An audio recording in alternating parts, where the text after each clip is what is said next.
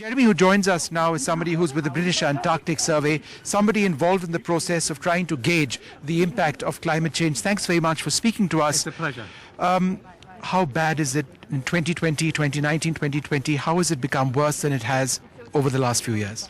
To give you an example, I've been studying the Arctic sea ice for the last 20 years, and what we've seen is the ice has gone from 7 million square kilometres to 3.5 million square kilometres. So we've lost half the Arctic sea ice, and if we don't reduce our emissions, we'll lose the rest of it by 2050.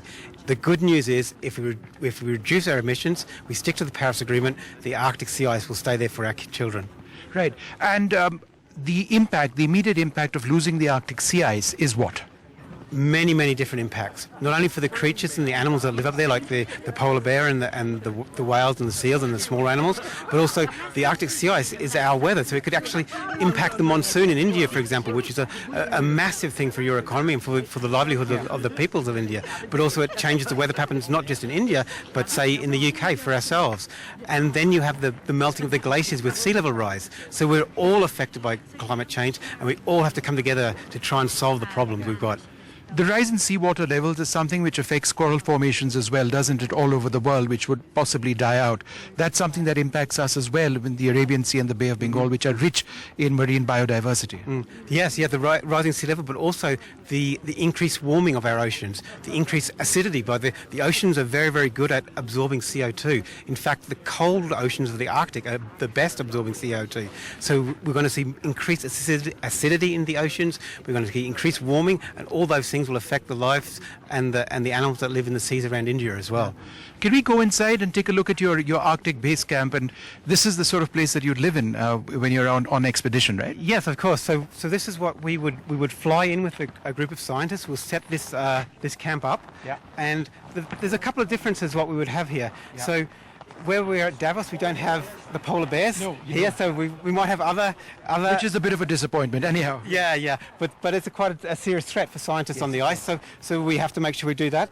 But these big tents here, these are normally where the scientists will gather in the morning. We will talk about what we were doing that day. Yeah. We'll go out and take our measurements, and then we'll come in here in the evening and discuss what our findings were and what we'll do the next day. Right. And if you look around in fact, we can go across to those as well.